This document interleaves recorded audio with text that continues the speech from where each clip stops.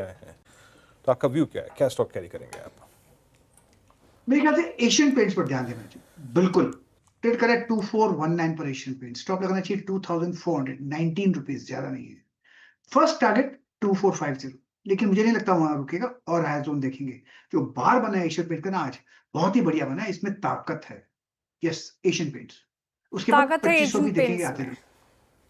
बिल्कुल, Asian paints में ताकत है। डे हाई पर क्लोज होने की तैयारी, गावस्कर के पिक यहाँ पे। चंदन जी बताइए, आप क्या पिक कर रहे हैं? BTST, STBT? बिल्कुल, मैं बीटीएसटी की तरफ फोकस करूंगा और ये काउंटर रहेगा नाइका पे। नाइका पे काफी अच्छा एक सेटअप देखने को मिल रहा है। लास्ट वीक की रिकवरी के बाद आज के दिन डिक्लाइन आया और वापस वो खरीदारी में तब्दील हुआ है और स्टॉक अपने रिसेंट के हाइज के आसपास अपने आप को होल्ड कर रहा है। तो 207 के सपोर्ट से नाइका पे खरीदारी की सलाह देंगे। ऊपर में लगभग 219 तक के टारगेट नाइका दिखा सकता है। चंदन जी, इस बार पहली बार नाइका पे दाव खेला है आपने, कहाँ तक का अपसाइड देख रहे हैं आप?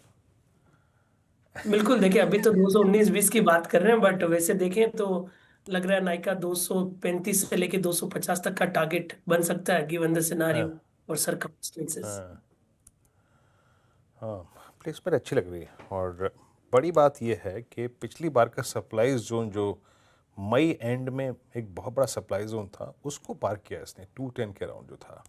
एक बार वीकली चार्ट्स पे आता हूँ। अच्छा, एक बड़ी अच्छी फाइंडिंग है, क्योंकि अब इसको इतना टाइम हो गया कि हमारे पास 200 वीक एक्सपोनेंशियल मूविंग एवरेज है। एक इसने अटेम्प्ट लिया था 30 अगस्त को 2024 को to cross 200 week exponential moving average. ये प्राइस 212 एग्जैक्टली वही है। प्लीज़ दर्शकों से गुजारिश है कि वीकली पे कन्वर्ट करके 200 वेमा डालिएगा।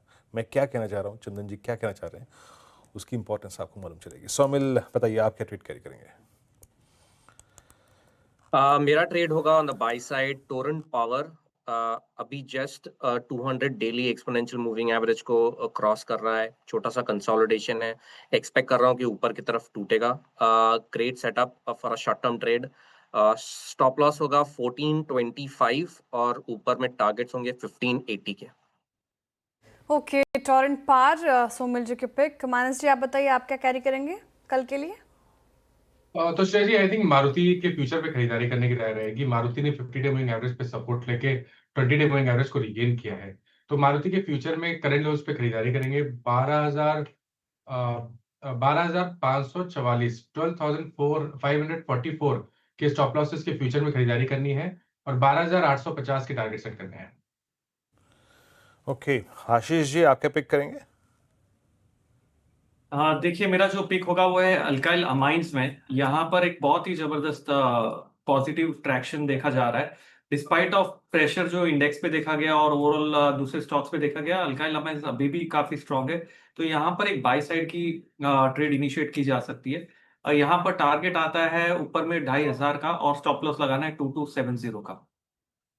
अल्काइल अमाइंस, ये बीटीएसटी ट्रेड आती हुई आशीष ख्याल जी की तरफ से। तो बीटीएसटी ट्रेड्स हो गए पूरे। एक बार कुछ और स्टॉक्स डिस्कस करते हैं। एक बार स्विगी का स्टॉक रखिए स्क्रीन पर चार्ट और देखते हैं कि क्या परफॉर्मेंस दिखा रहा है स्विगी, क्योंकि खबर ये है कि स्विगी ने 99 स्टोर अपने ऐप पर ये लॉन्च किया है और 175 सिटीज़ में ये अभी जारी हुआ है। 99 स्टोर्स मतलब 99 रुपीज़ में आपको मील प्रोवाइड करेगा।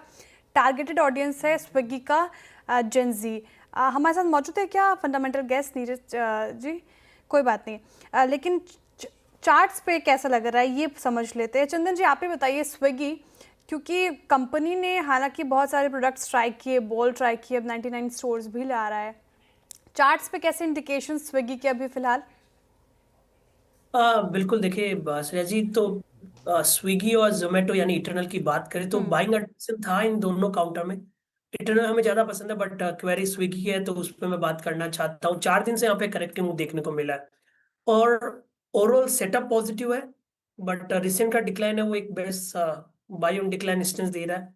लास्ट टाइम जब मोमेंटम बना था तो 375 370 हर्डल हुआ करते थे। मेरा मानना है कि उन लेवल के आसपास आके फिर वापस रिकवरी होगी। तो सजेशन यही है कि थोड़ा सा और डीप आए टुवर्ड्स 370-75 तब खरीदना चाहिए। उस कंडीशन में 360 का सपोर्ट होगा और वापस स्विगी ऊपर में 400-410 तक के टारगेट के लिए मूवमेंट दिखा सकता है। पसंद आपको स्विगी और इटर्नल में से इटर्नल ही है ना चंदन जी? बिल्कुल इटर्नल काफी पॉजिटिव है और मेरे हाँ। हिसाब से इटर्नल पे यहाँ पे खरीदारी की सलाह है। इनफैक्ट इटर्नल हम 200 205 से लगातार सजेशन दे रहे हैं। मेरा तो ऐसा मानना है कि ट्रेडिंग प्लस इन्वेस्टमेंट दोनों पोर्टफोलियो में काउंटर रहना चाहिए। हायर बेस बना रहा है, काउंटर थोड़ा स्लो मूव है। पहले 200 से 220 चलता था, फिर 220 का बेस बनाया तो 242 तक चला। अब 242 बेस बन जाएगा तो ऊपर में 280 तक के टारगेट बनेंगे। तो स्लो एंड स्टडी चलेगा, बट काफी अच्छा काउंटर है। और आई थिंक यदि पोजिशनली कोई रखता है तो 25 से 30%, इमीडिएट कोई लेता है तो 5 से 8% तक के स्विंग इटर्नल में मिल सकते हैं। ओके, इटर्नल ज़्यादा पसंदीदा स्टॉक है, इस वजह से कंपेयर करें तो यहाँ पे खरीदारी की जा सकती है। अब चलते हैं वीरेंद्र जी के पास और ब्रेथ कैसी लग रही है उनसे से समझते हैं। कैसी लग रही है ब्रेथ सर? ब्रेथ ठीक है श्रेया। हालांकि बाजार ने थोड़ी सी लास्ट में डैमेज कंट्रोल किया, बट स्टिल आपको झुकाव जो है वो थोड़ा सा नेगेटिव साइड पे नज़र आएगा, slightly I mean on the negative side. 105 short, 24 में लॉन्ग अनवाइंडिंग, प्रॉफिट टेकिंग, तो ये फिगर डिजिट कंसोलिडेटेड बेसिस पे आती है 129 के आसपास, और 100 या फिर अप्रॉक्सीमेटली 98 आपकी अगर आप देखें तो 77 इनफैक्ट 97 जो है वो लॉन्ग है, मतलब ग्रीन। एबी फैशन, मैनकाइंड में स्ट्रॉन्ग बिल्डअप था आज लॉन्ग साइड पे। सरप्राइज पैकेज था, कंप्लीटली सरप्राइज, क्योंकि अगर इसमें शॉर्टिंग हुई थी टाटा कम्युनिकेशन रिपोर्ट्स के बाद, और बाकी मेटल्स आज का सेक्टर ऑफ द डे बहुत स्ट्रॉन्ग मूव, सब में लॉन्ग क्रिएट हुए। अगली स्लाइड आएगी शॉर्ट कवर की, जहाँ जहाँ पे शॉर्ट कवरिंग ने थ्रस्ट जनरेट किया। टायर स्पेस में अगर आप देखें आज काफ़ी स्ट्रॉन्ग मूव था। बालकृष्ण इंडस्ट्रीज, मेरे ख्याल से अपोलो भी ऐसे ही कैंडिडेट होगा, not exactly in this list, but Dixon में शॉर्ट कवर, भारत फौज में शॉर्ट कवर, जेएसपीएल में शॉर्ट कवर, यूनोमिंडा में शॉर्ट कवर। यूनोमिंडा में कल काफ़ी शॉर्टिंग हुई थी। बाकी शॉर्ट बिल्डअप ट्यूब इन्वेस्टमेंट्स पे NCC, Phoenix mills, Shriram finance और हुडको में शॉर्टिंग हुई। और अगली स्लाइड में जो लॉन्ग अनवाइंडिंग की स्लाइड है उसमें जो मतलब यहाँ पे लेवल्स टूटे, प्रॉफिट्स कैश में कन्वर्ट हो रहे थे। लॉन्ग अनवाइंडिंग की स्लाइड मेरे ख्याल से दिक्कत है स्लाइड में, बट ये डिजिट्स हैं तो झुकाव डेफिनेटली अगर आप देखें तो लॉन्ग अनवाइंडिंग फाइनली जिसे कहते हैं टायर बुल, क्योंकि बैन में था, याद रखिएगा। बाकी एयू स्मॉल फाइनेंस बैंक में भी प्रॉफिट्स कैश में कन्वर्ट हुए। सुप्रीम इंडस्ट्रीज में एचडीएफसी एएमसी बहुत दिनों बाद प्रॉफिट टेकिंग मोड में आया, और इरेरा भी। एचडीएफसी एएमसी लेके आइएगा, बड़ा शार्प मूव था यहाँ पे, बट 2 दिन से क्योंकि ये जो पूरी कैपिटल मार्केट थी में थोड़ा सा प्रॉफिट टेकिंग आ रही है यहाँ पे। 5075 क्या कोई लेवल वायलेट हुआ है? कह नहीं सकते अभी, कह नहीं सकते, क्योंकि मैं चेक कर लेता हूँ इस पर। इनफैक्ट आशीष 5011 यहाँ पे इसका 20 डीमा प्लेस्ड है, और इसने मतलब अगर मैं कुछ इंस्टेंसेस को निकाल दूँ, कुछ दिनों को निकाल दूँ, तो मोर और लेस 20 डीमा को होल्ड करता है ये स्टॉक। सेफ अभी now, as of now safe मानते हैं आप एचडीएफसी एएमसी को?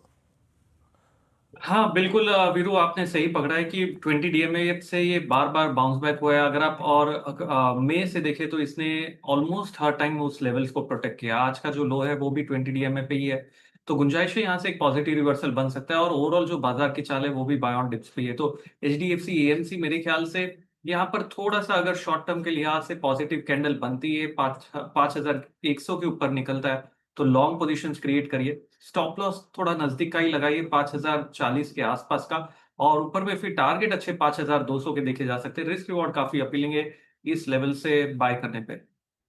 ओके, 5200 तक के आप टारगेट एक्सपेक्ट कर सकते हैं, हालांकि आपको 5040 का लगाना है आपको स्टॉप लॉस।